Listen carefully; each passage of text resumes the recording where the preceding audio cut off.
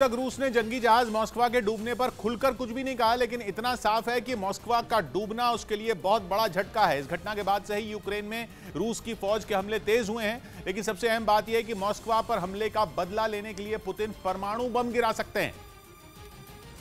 और ऐसा होने की कुछ अहम वजहें भी सामने आई। सबसे अहम बात यह कि यूक्रेन की सीमा के पास रूस के कुछ खास प्लेन देखे गए। ये प्लेन हैं Tu-95, जिन्हें परमाणु बम गिराने के लिए इस्तेमाल किया जाता है। एक नहीं बल्कि रूस के ऐसे 4 प्लेन यूक्रेन की सीमा के पास देखे गए। दावा यह किया जा रहा है कि मॉस्कवा पर हुए हमले ने पुतिन को झकझोर कर रख दिया। उनके सब्र का बांध टूट चुका है। जल्द से जल्द इस जंग का अंत करना उनकी सबसे बड़ी चुनौती है। इसीलिए इस जंग में अब वो परमाणु बम का इस्तेमाल भी कर सकते हैं। हालांकि कुछ दिनों पहले ही रूस ने कहा था कि अगर रूस के वजूद को खतरा होगा तभी परमाणु बम का इस्तेमाल किया जाएगा, लेकिन रूस की इस बात पर यूक्रेन के राष्ट्रपति ज़ेलेंस्की भरोसा करने को तैयार नहीं है।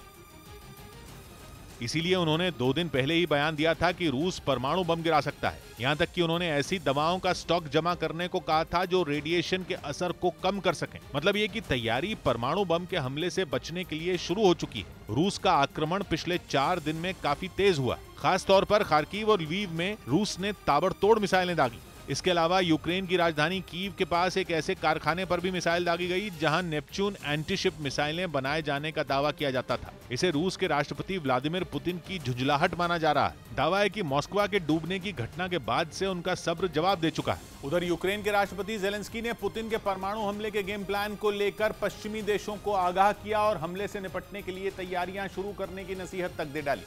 यानी रूस लगातार परमाणु हमले की जो धमकियां दे रहा है वो गीदड़ भभकी नहीं बल्कि सच साबित हो सकती हैं। क्योंकि एक इंटरव्यू में ज़ेलेंस्की ने अंदेशा जता दिया कि यूक्रेन में अपनी भदपिट्टी देख पुतिन इतने न बौखला जाएं कि वाकई परमाणु हथियार दाग ही दें। इसीलिए उन्होंने पश्चिमी देशों को परमाणु हमले से निपटने के लिए एंटी रेडिएशन दवाएं इकट्ठा करने और बंकर तैयार करने तक को कह दिया। Коли вона буде, і не треба чекати від Росії, коли вона буде використовувати ядерну зброю. यही नहीं, ज़ेलेंस्की ने यह भी चेतावनी दी कि परमाणु हमले को लेकर रूस के किसी भी दावे पर यकीन नहीं किया जा सकता। А треба очікувати від них. Вони можуть використовувати будь-яку зброю, я впевнений в цьому. Будь-яку зброю. І вірити не можна.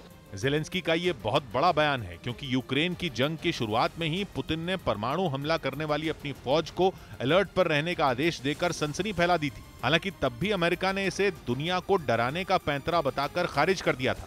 लेकिन अब तो ज़ेलेंस्की नहीं, अमेरिका की खुफिया एजेंसी CIA के प्रमुख भी आगाह कर चुके हैं कि यूक्रेन की जंग परमाणु युद्ध में बदल सकती है और पुतिन यूक्रेन में जंग जीतने के लिए कम ताकत वाले परमाणु बम चला सकते हैं।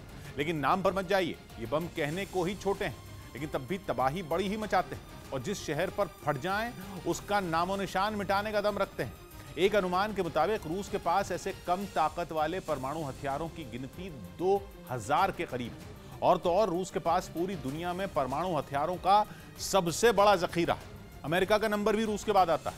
इसलिए माना जा रहा है कि पुतिन यूक्रेन में छोटे परमाणु बम दाग कर जंग में बढ़त हासिल करने की कोशिश कर सकते हैं।